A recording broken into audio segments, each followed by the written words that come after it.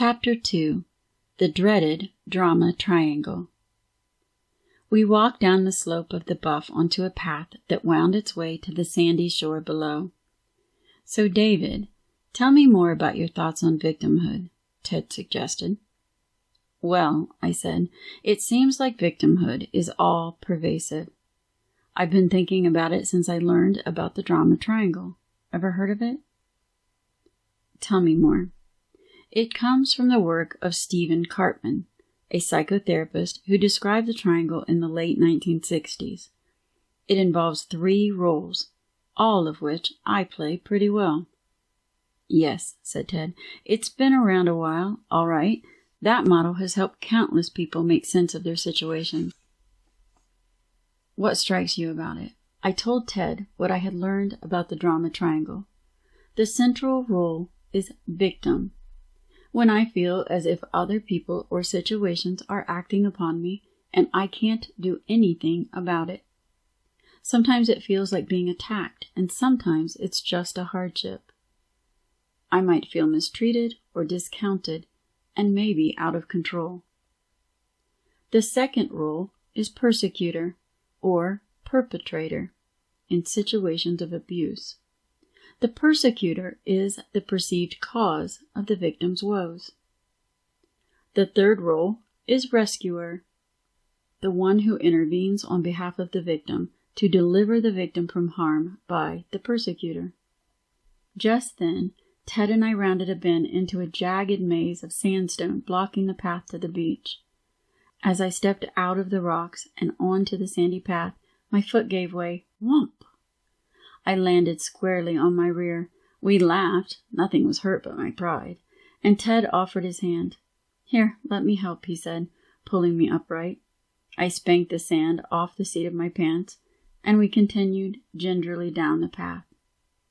"That was an interesting example of what you just described." "How's that?" I asked. "Did you feel like a victim when you fell back there?" Ted asked. "I guess so, in a way." "So if you were the victim, who was the persecutor?" "You were in front of me, so I know you didn't push me," I chuckled. "So I'm not sure there was a persecutor." "Every victim requires a persecutor," Ted explained. "But the persecutor isn't always necessarily a person. The persecutor could also be a condition or a circumstance. A persecuting condition might be a disease, such as cancer or a heart attack or an injury.